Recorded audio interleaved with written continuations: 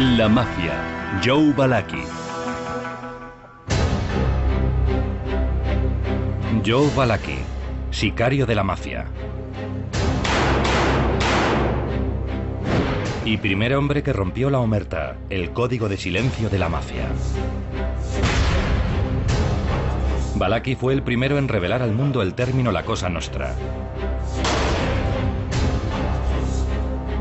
Valachi fue el primero en revelar los nombres de los jefes y los soldados. Explicó la estructura de la mafia, sus rituales y sus secretos. Era la primera vez que alguien descorría la cortina o hacía un retrato de cómo era la mafia. Valachi fue el primero en exponer el sangriento historial de asesinatos y ejecuciones de la mafia. Y sabía dónde se encontraban los cuerpos. Vives por la pistola y el cuchillo, y mueres por la pistola y el cuchillo.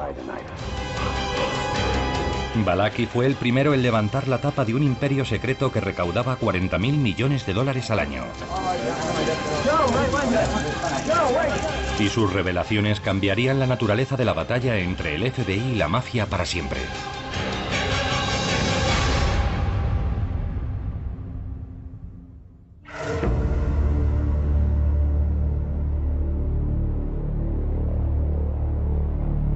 En 1962, Joe Valachi, de 52 años, estaba cumpliendo una condena de 15 años por tráfico de heroína en la Penitenciaría Estatal de Atlanta.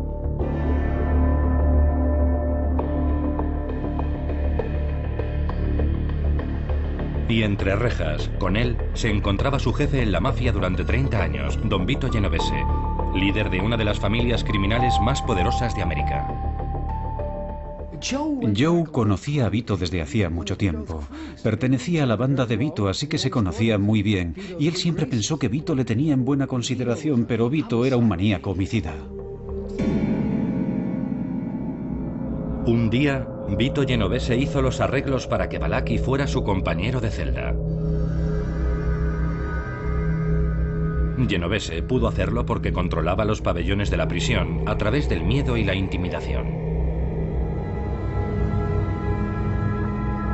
Valachi sospechó que ocurría algo y tenía sobradas razones para estar nervioso. Genovese consideraba que Valachi era el responsable de que estuviera en prisión por haberle delatado a la Oficina Federal de Narcóticos. Una noche, Genovese se dirigió a su compañero de celda. ¿Sabes? Si tienes un cesto de manzanas y en el cesto hay una manzana podrida, esa manzana debe ser eliminada, porque si no se elimina, estropeará las demás manzanas.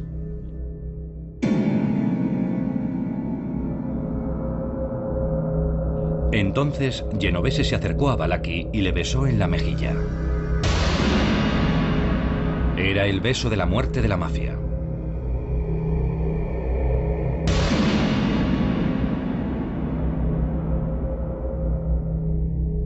Para hacer saber a Valachi que él era la manzana que había que eliminar. Joe Valachi sabía lo que aquello significaba. Significaba que ahora iba a ser asesinado. De una manera u otra, Vito iba a ir a por él.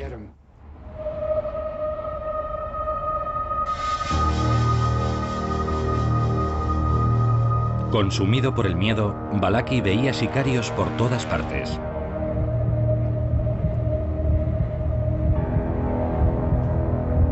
La mañana del 22 de junio de 1962, mientras se encontraba en el patio, vio a 3 presos acercarse a él.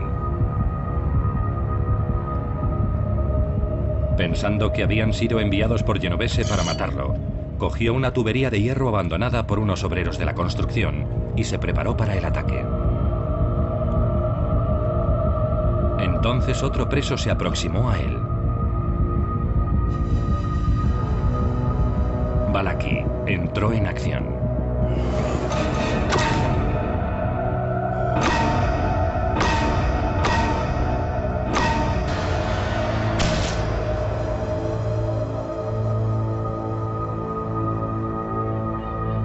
La víctima de Valachi era John Joseph Saub, un delincuente de poca monta sin conexiones con la mafia. Balaki había matado al hombre equivocado.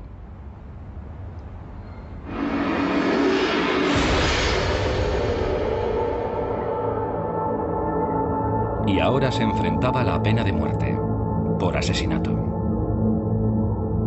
Y allí estaba, atrapado, sin escapatoria posible. Así que comunica a las autoridades federales que está dispuesto a cantar como un canario. Para salvar el pellejo, Balaki comunicó al Departamento de Justicia de Estados Unidos que estaba dispuesto a hablar de la mafia.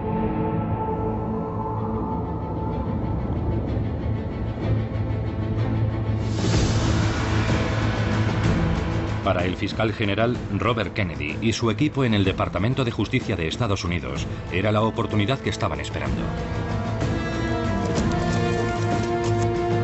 Desde que se había convertido en fiscal general en 1961, Kennedy había llevado a cabo un vigoroso ataque contra el crimen organizado, pero seguía luchando para penetrar en los bajos fondos del crimen estadounidense.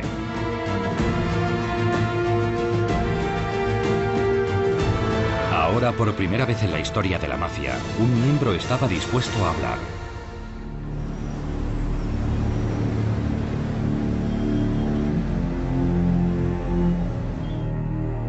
Así que Kennedy le ofreció un trato a Balaki.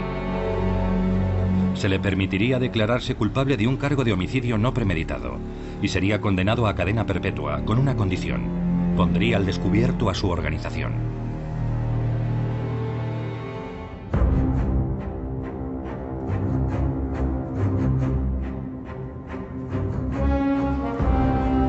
El 17 de julio de 1962, Balaki fue sacado en secreto de la prisión de Atlanta y trasladado en avión a la prisión del condado de Westchester, en las afueras de Nueva York.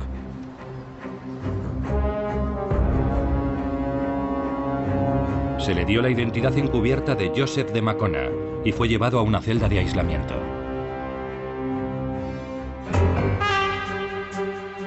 El agente del FBI, James Flynn, fue enviado a interrogar a Balaki para averiguar lo que sabía.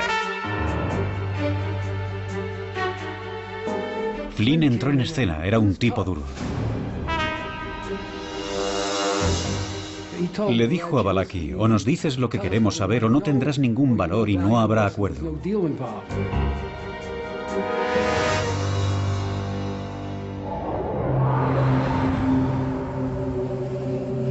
El FBI había oído el término Cosa Nostra en recientes escuchas telefónicas y creía que se refería a la mafia, la organización o el outfit,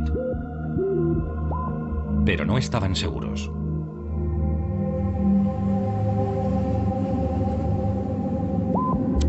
Para que Balaki soltara la lengua, le engañó. Flynn engañó a Balaki. Le dijo: lo sabemos todo acerca de la Cosa Nostra. Pensando que el FBI tenía un conocimiento más profundo de la mafia de lo que en realidad tenía, Balaki comenzó a hablar. Por primera vez reveló su significado.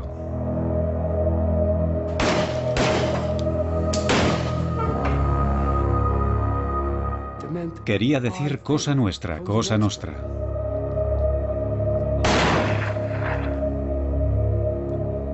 Ellos nunca se llamaban a sí mismos mafia. Flynn comenzó a sonsacar a Balaki nombres, fechas e información.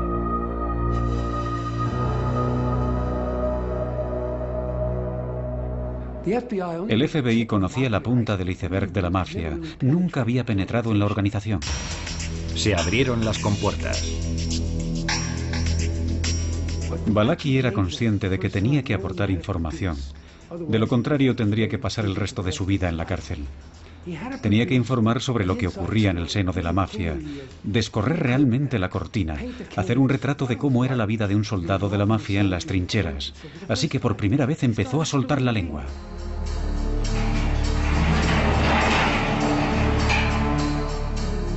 Balaki comenzó a revelar la estructura organizativa de la mafia.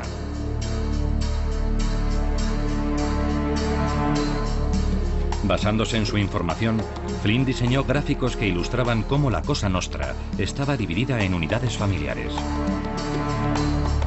Cada una con un jefe, un subjefe y lugartenientes y soldados por debajo de ellos. Para el FBI era como la piedra de Rosetta.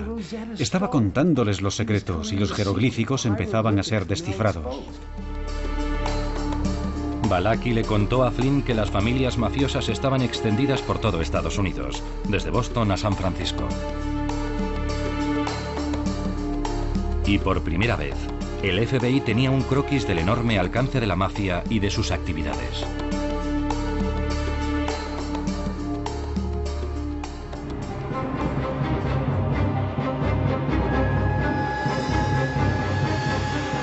Durante 3 meses, desde finales de septiembre de 1962, Flynn interrogó a Balaki 4 veces por semana.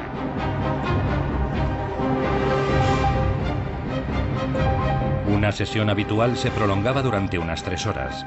Entonces Balaki comenzaba a irritarse y era difícil de manejar.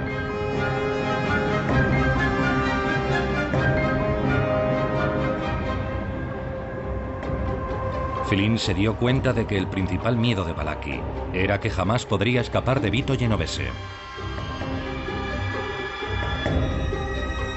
Apenas transcurría un día sin que hiciera alguna referencia a su antiguo jefe. A veces, Balaki se descorazonaba por completo pensando que iba a morir. ¿Qué importa lo que yo le cuente? A nadie le importa, nadie lo creerá. ¿Sabe a qué me refiero? La Cosa Nostra es una especie de segundo gobierno. Es demasiado grande. Yo ya soy un hombre muerto, y lo sé.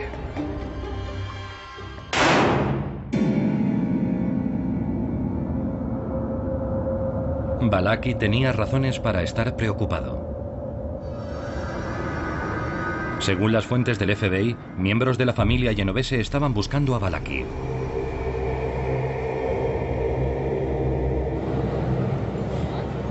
Desde su celda, Vito Genovese había establecido una recompensa de $100.000 por Balaki.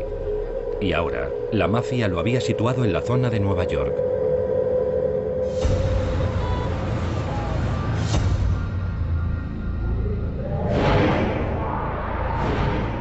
El FBI, temeroso de que la mafia llegara hasta su testigo principal, volvió a trasladar a Balaki, esta vez a la base de alta seguridad del ejército en Fort Monmouth, Nueva Jersey.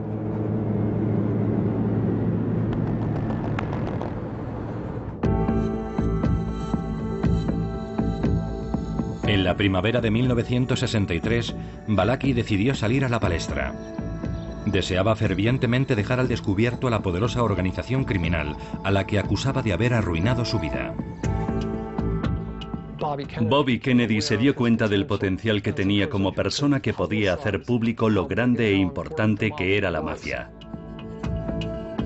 Pero Kennedy tenía serias preocupaciones en cuanto a la credibilidad de Balaki. Durante los últimos 30 años había sido un despiadado sicario de la mafia.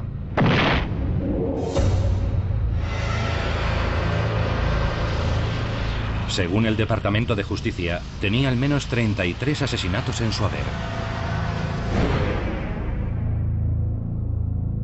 Y además, ahora estaba cantando para salvar su vida. ¿Cómo podía nadie estar seguro de que Balaki estaba contando la verdad?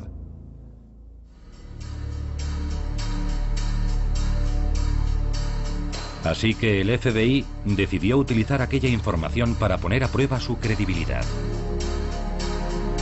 Flynn había reunido material para la policía de Nueva York durante sus interrogatorios a Balaki.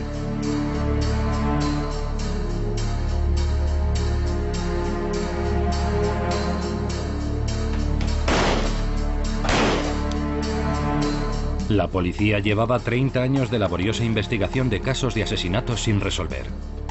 Se remontaban a las guerras entre bandas de la mafia y la consiguiente lucha por el control del poder en la Cosa Nostra. Utilizando el relato de Balaki como guía, la unidad de inteligencia revisó los archivos del departamento, en una operación que se llevó a cabo distrito por distrito. Cotejaron los hechos disgregados y sin confirmar, con su detallada información. Descubrieron que los asesinatos y las ejecuciones de las bandas, incluidas las fechas, localizaciones y circunstancias, se podían verificar.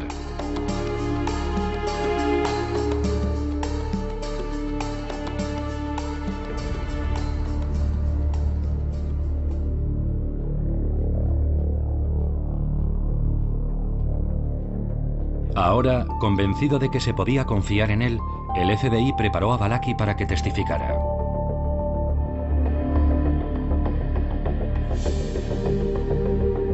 En septiembre de 1963, Balaki fue trasladado en avión a Washington para declarar ante un comité de investigación del Senado sobre el crimen organizado en todo Estados Unidos.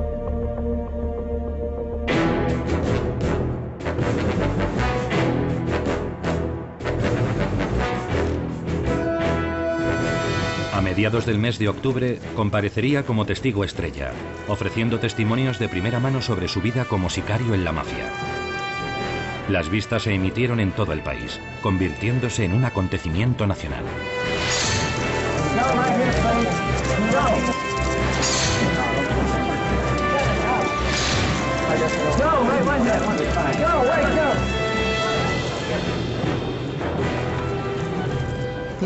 Estados Unidos es un país nuevo. No tenemos la mitología de otros países. Nosotros tuvimos indios y cowboys y tuvimos gánsteres. Aquello brindó la oportunidad a la gente de nuestro país de volver a ver todas aquellas películas sobre los bajos fondos que ya habían visto. Juntaron todas las piezas.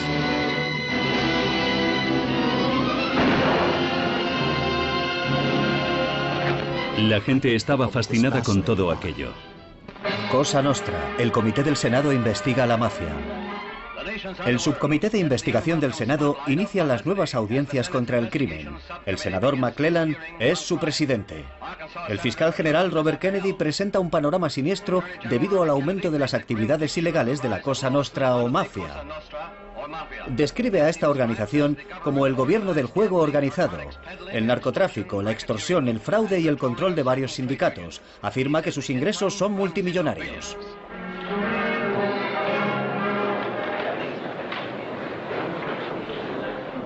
Caballeros, como ustedes saben, esta mañana hemos traído al condado de Queens al testigo Joe Balaki. Estamos decididos a exponer cada faceta de su testimonio y a continuar con esta investigación hasta donde nos sea posible. ¿Cuál ha sido su comportamiento durante la conversación mientras tomaban café? Todo indica que es un testigo con buena disposición, ansioso por revelar lo que sabe. No nos ha planteado dificultades. ¿Parece preocupado? Yo diría que no. Pienso que, dadas las circunstancias, el hombre está naturalmente nervioso y algo inquieto, pero fuera de eso es un buen testigo. ¿No tiene usted la sensación de que más bien está disfrutando con todo esto? Prefiero no hacer comentarios.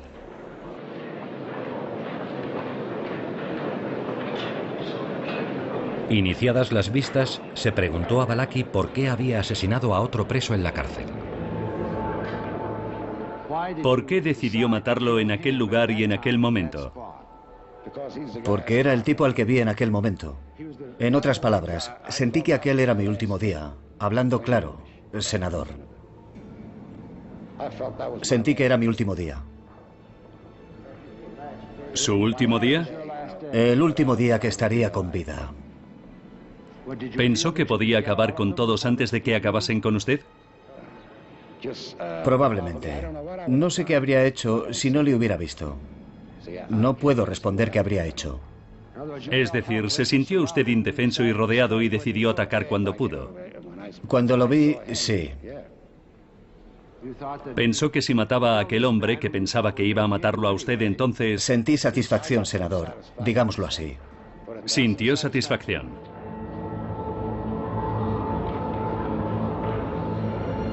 A pesar de todo el revuelo que rodeó aquel acontecimiento público, el testimonio de Balaki constituyó un claro recordatorio de que era un asesino a sangre fría.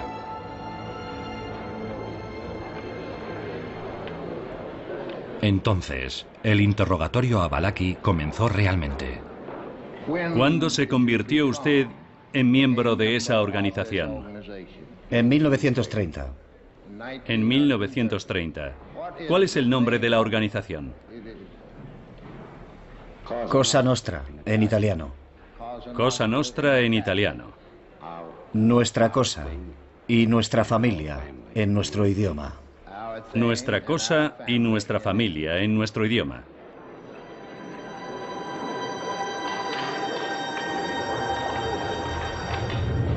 Entonces Balaki reveló cómo había entrado en la mafia.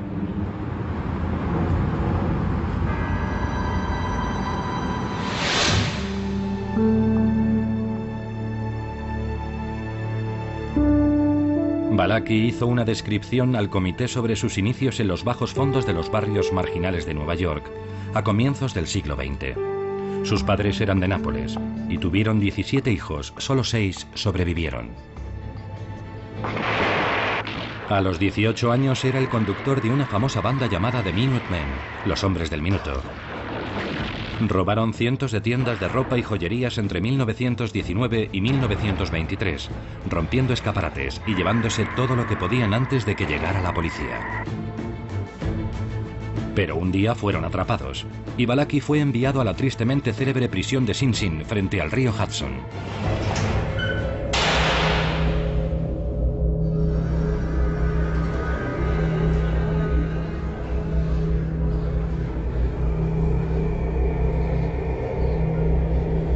En Sing Sing, Balaki, de 21 años, se hizo amigo de un gángster llamado Alessandro Bolero. Fue entonces cuando Balaki tuvo noticias por primera vez de una organización secreta que pronto conocería como la Cosa Nostra.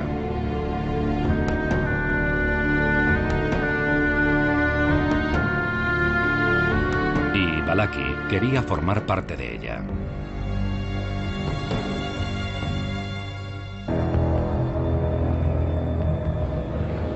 Ahora voy a hablar de mí.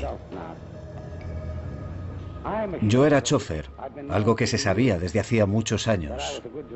Y de hecho otras bandas intentaron contratarme, pero yo nunca quise irme. Balaki explicó al comité del Senado cómo se había convertido en conductor para una de las bandas mafiosas más poderosas de Nueva York, comandada por el siciliano de nacimiento Salvatore Maranzano.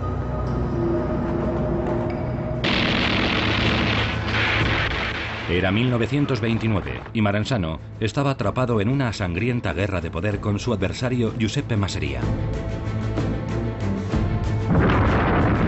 Balaki hizo saber a Maranzano que quería formar parte de su banda. Y a modo de prueba, fue enviado como conductor contratado para el asesinato de uno de los principales secuaces de Masseria.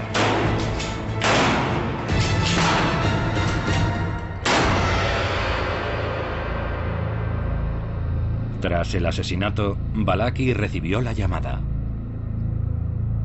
Iba a ser miembro o soldado en la mafia.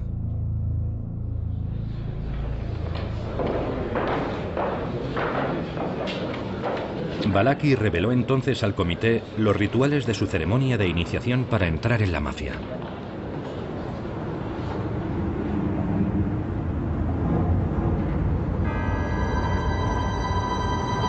Balaki describió cómo había sido conducido a una casa de campo a unos 150 kilómetros de Nueva York. Le pidieron que se sentase junto a otros 30 miembros alrededor de una mesa. Su jefe, don Salvatore Maranzano, iba a conducir la iniciación. Les contó cómo eras iniciado, la omertá, el código, y que una vez te convertías en miembro ya nunca podías marcharte. Tenías que o bien ganar dinero o ser un sicario, matar a alguien para poder optar siquiera a ser iniciado.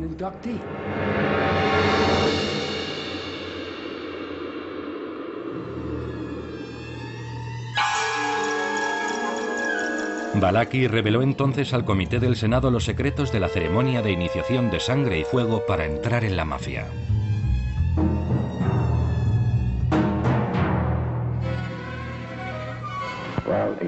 Él tenía el cuchillo y la pistola encima de la mesa. Y entonces explicó que vives por la pistola y el cuchillo. Y mueres por la pistola y el cuchillo. ¿Y comprendió usted totalmente lo que aquello significaba? Sí, en efecto. ¿Y qué significaba? Pues que esperaba morir por la pistola y el cuchillo. Cuando usted hizo aquel juramento, dio por hecho que un día moriría por una pistola o un cuchillo. Así es. Y eso era a lo que pensaba dedicarse. Así es. Balaki dijo que le pidieron que colocara las manos en forma de cuenco. Pusieron un trozo de papel en su interior y lo encendieron.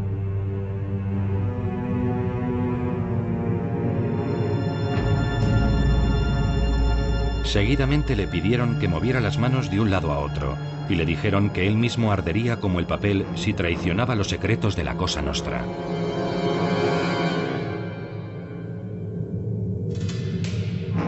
Balaki fue presentado entonces a su gomba, a su padrino, Joe Bonanno, que sería su guía y mentor.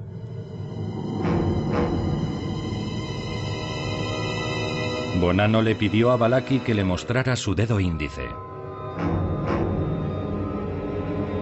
Y lo pinchó con el alfiler de su corbata. Luego pinchó el suyo y lo colocó sobre el de Balaki. Entonces Maranzano anunció que ahora eran todos familia. Está bien, ¿qué pasó entonces? Entonces nos pusimos de pie, nos dimos la mano y pronunciamos juntos algunas palabras que no recuerdo bien. También en siciliano.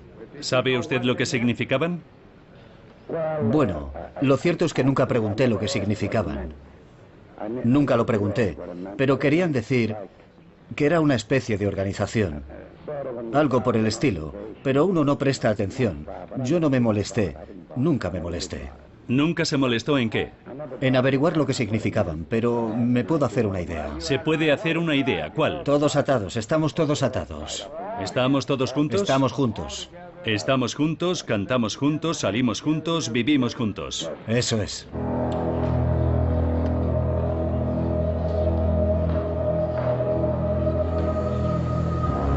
Las revelaciones de Balaki explicaban por qué la organización secreta había logrado permanecer oculta tanto tiempo.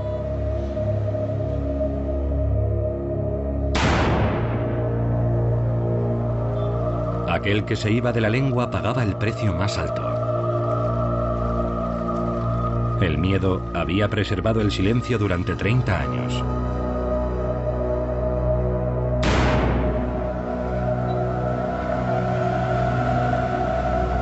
Ahora Balaki había roto ese silencio para siempre.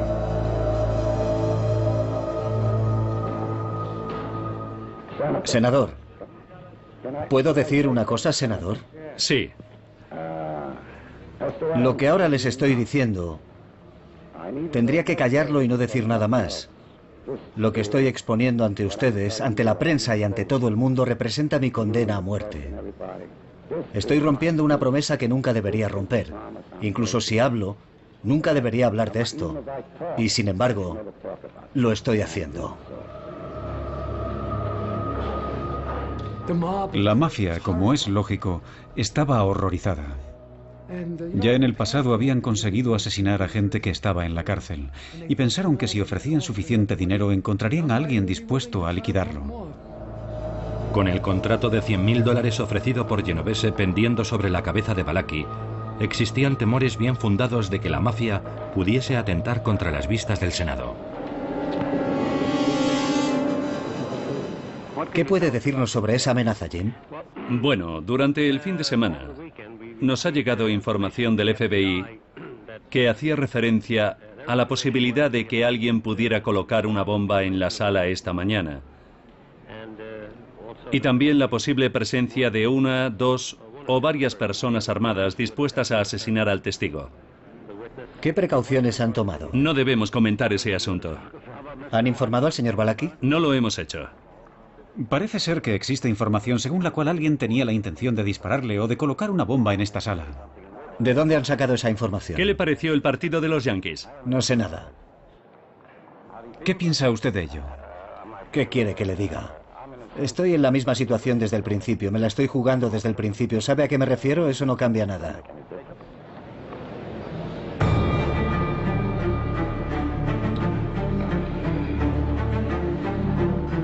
Balaki dedicó la mayor parte de su testimonio a trazar un mapa jerárquico de la mafia americana. Balaki explicó cómo la eficiente organización en la que se había convertido la mafia actual había evolucionado a partir del enfrentamiento entre bandas callejeras y las luchas por el poder a principios del siglo XX. Ante los senadores, Balaki se remontó hasta una reunión celebrada en 1931, en la que el jefe siciliano Salvatore Maranzano se hizo con el control de la mafia de Nueva York.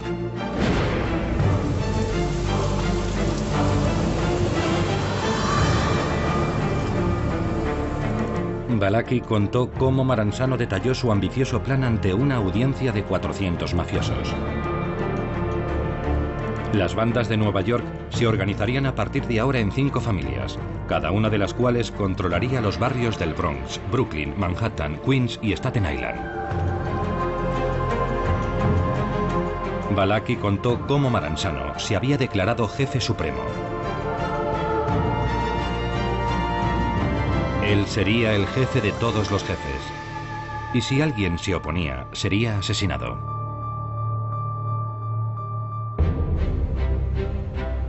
Balaki explicó entonces que un hombre se había mostrado en desacuerdo.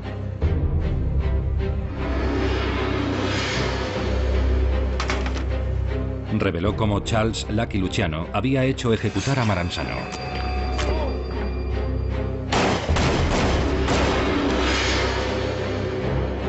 Luciano introdujo entonces una forma de liderazgo más democrática.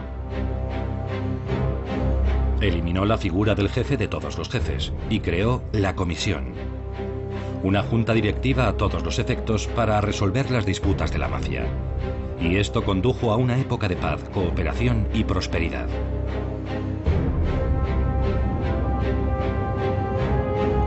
Acto seguido, Balaki nombró a los 5 líderes actuales de las 5 familias de Nueva York. Vito Genovese, Carlo Gambino, Giuseppe Magliocco, Joseph Bonanno y Gaetano Lucchese. Estos son los hombres, dijo Balaki al comité, que dirigían una enorme red de crimen organizado en la ciudad que abarcaba el juego, la prostitución, el préstamo con usura, los narcóticos y la infiltración de la mafia en negocios legales.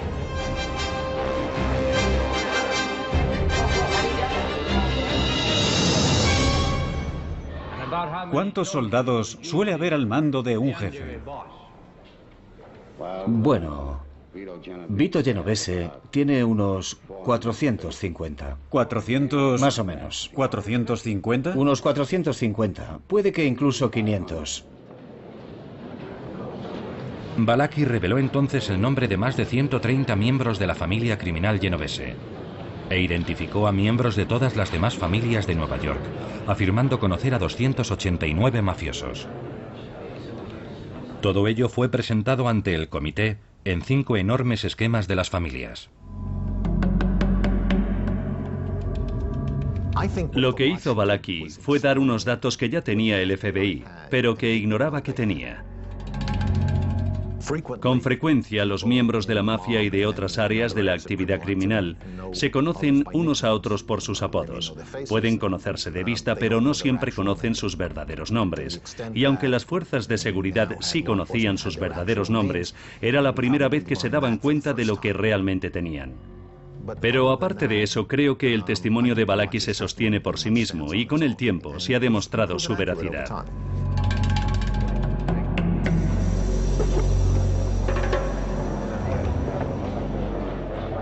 Ha marcado en cada esquema con una estrella a las personas que ha podido identificar de las 5 familias. Sí.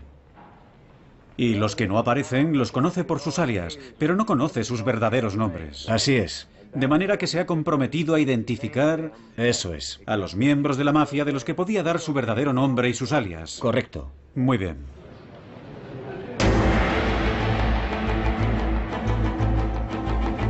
Fue él quien lo destapó todo. Las familias, los nombres de sus integrantes y los niveles de autoridad, comenzando por el capo de los capos hasta los soldados.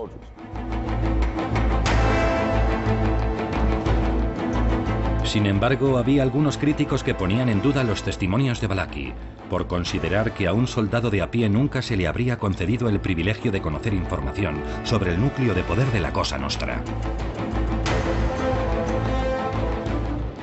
Creo que es un error considerar a los soldados figuras de poca relevancia. No lo son. Son gente importante dentro de la mafia.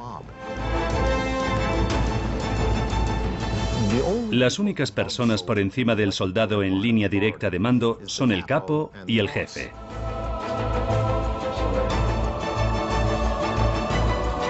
Así que el soldado ocupa un puesto relevante por el mero hecho de ser admitido como miembro.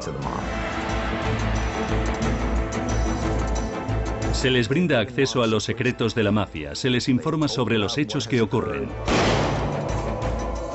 Y necesitan saber quién es quién dentro de la mafia, porque tienen permiso para liquidar a cualquiera fuera de la organización.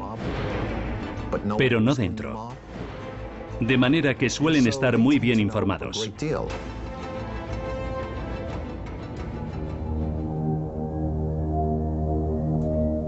Balaki usó su testimonio para vengarse de Genovese.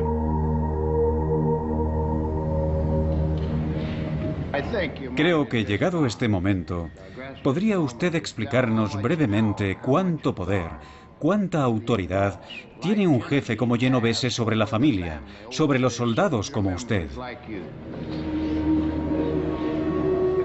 Senador, yo conozco bien el poder que ostenta Vito. No solo ostenta el poder en nuestra familia, controla también el poder en la familia Gambino y en la familia Lucchese. En resumidas cuentas, su palabra se convierte en ley. Es un acto autorizado. Sí, eso es. ¿Y dicta sentencias de muerte? Bueno, las dicta y luego te dicen, era un soplón, era esto o lo otro. Te dicen lo que quieren. Entonces las dicta. Así es. ¿Lo sabe por experiencia propia? No le quepa la menor duda.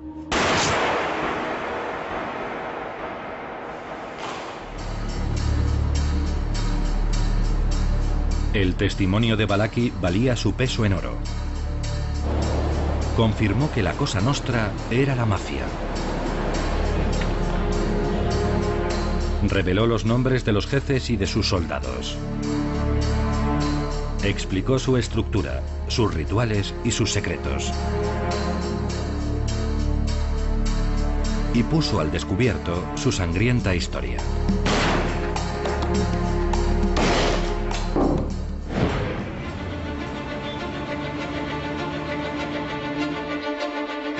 Pero por encima de todo, el testimonio de Balaki proporcionó al FBI los objetivos precisos y condujo a un cambio en las prioridades. En 1963, la oficina del FBI en Nueva York había incrementado el número de agentes especializados en el crimen organizado de 4 a 140.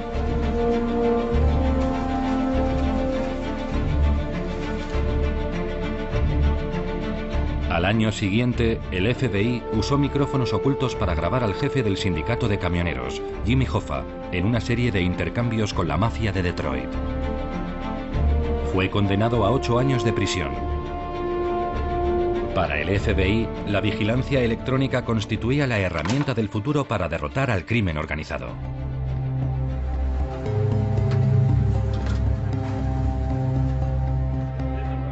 Siendo un joven agente, llevamos a cabo a principios de la década de 1970 una campaña de escuchas telefónicas por todo el país sobre las operaciones interestatales de juego que florecían en aquel entonces y que estaban controladas por la mafia.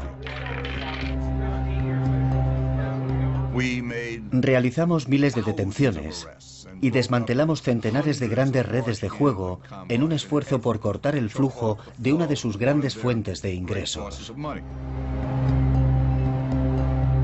Gracias a las revelaciones de Balaki, la campaña del FBI contra la mafia dio un salto cualitativo.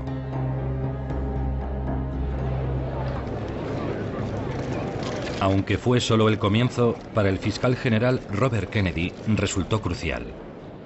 Las declaraciones de Joseph Balaki y de otros con conocimiento sobre operaciones criminales en varias partes del país nos han proporcionado una comprensión sin precedentes sobre el funcionamiento de dichas operaciones. Balaki fue el primer subalterno de cierta relevancia cuyo testimonio sirvió para derribar y destruir, o al menos herir a la mafia en América. Sin él habrían hecho falta otros 15 o 20 años porque no había delatores. Aunque su rango era secundario, sabía lo suficiente para causar expectación y para alertar y advertir seriamente a la opinión pública respecto a la amenaza que representaba la mafia.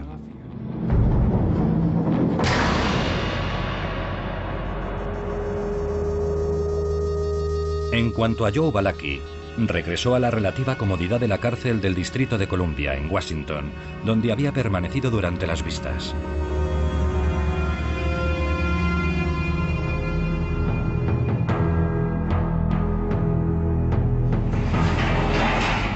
Robert Kennedy, con su proverbial sagacidad, creía que Balaki tenía mucho más que ofrecer.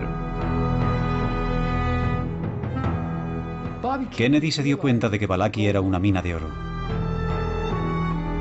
Se le ocurrió que escribiera sus memorias, relatando lo que pudiese recordar sobre la mafia. Durante 13 meses, Balaki escribió concienzudamente en su celda de Washington más de 300.000 palabras en cuadernos de notas. Había sido testigo desde los inicios de la mafia moderna, y su relato era un retrato único del día a día en la vida de un asesino a sueldo durante un periodo de 30 años.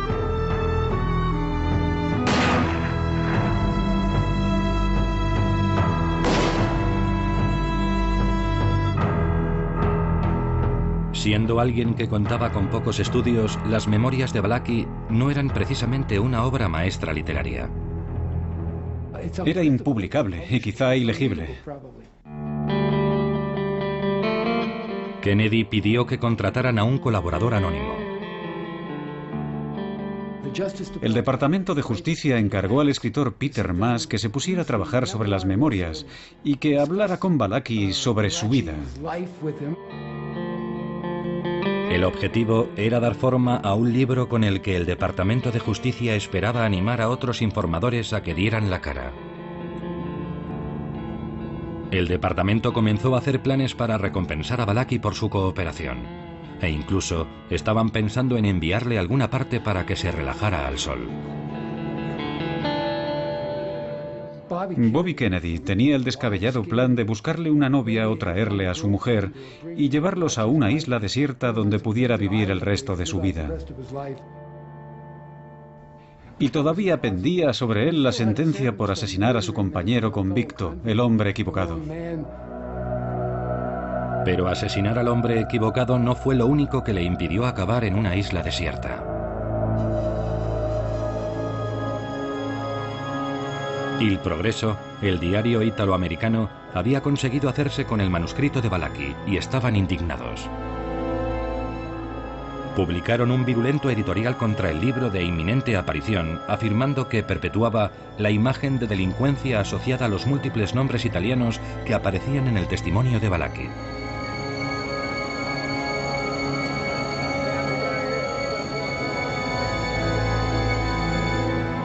Una opinión que fue extendiéndose hasta convertirse en una protesta masiva de grupos de presión que proclamaban que el libro denigraría a todos los italoamericanos. La campaña caló hondo. La Casa Blanca se vio obligada a intervenir y paralizó su publicación. De la noche a la mañana todo cambió para Balaki. Le comunicaron que el proyecto quedaba suspendido, le sacaron de su cómoda zona de reclusión en Washington y le devolvieron al duro sistema federal de prisiones.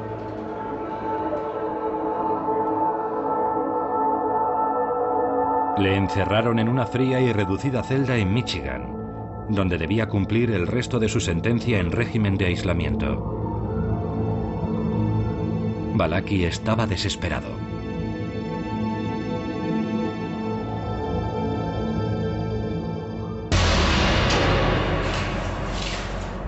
La mañana del 11 de abril de 1966 arrancó el cable de alimentación de su radio y se dirigió al rincón de la ducha.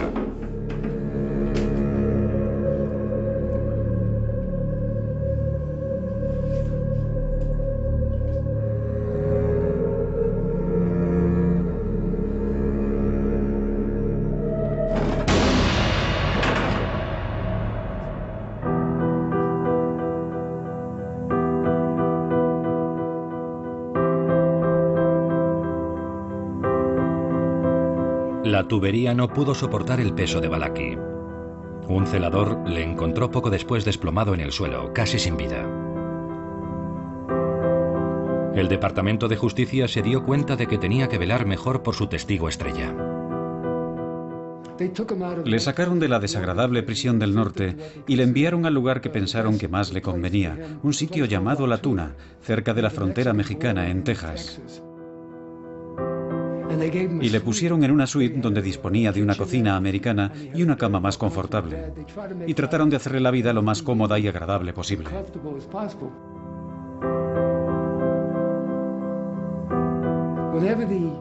Cuando el Departamento de Justicia consigue ahora a un delator de primer orden, se le envía a lo que se denomina la suite de Balaki.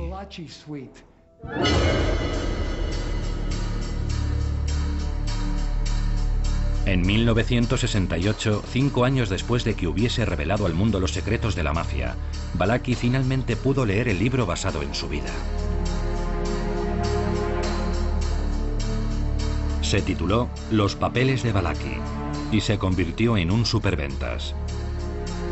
Balaki no recibió ni un centavo. El libro fue llevado a la gran pantalla en 1972. El personaje de Balaki fue interpretado por Charles Bronson.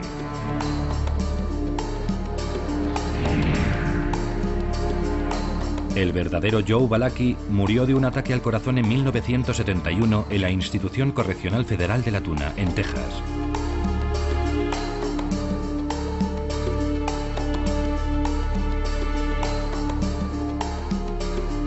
Sobrevivió 2 años a su jefe de la mafia, Vito Genovese.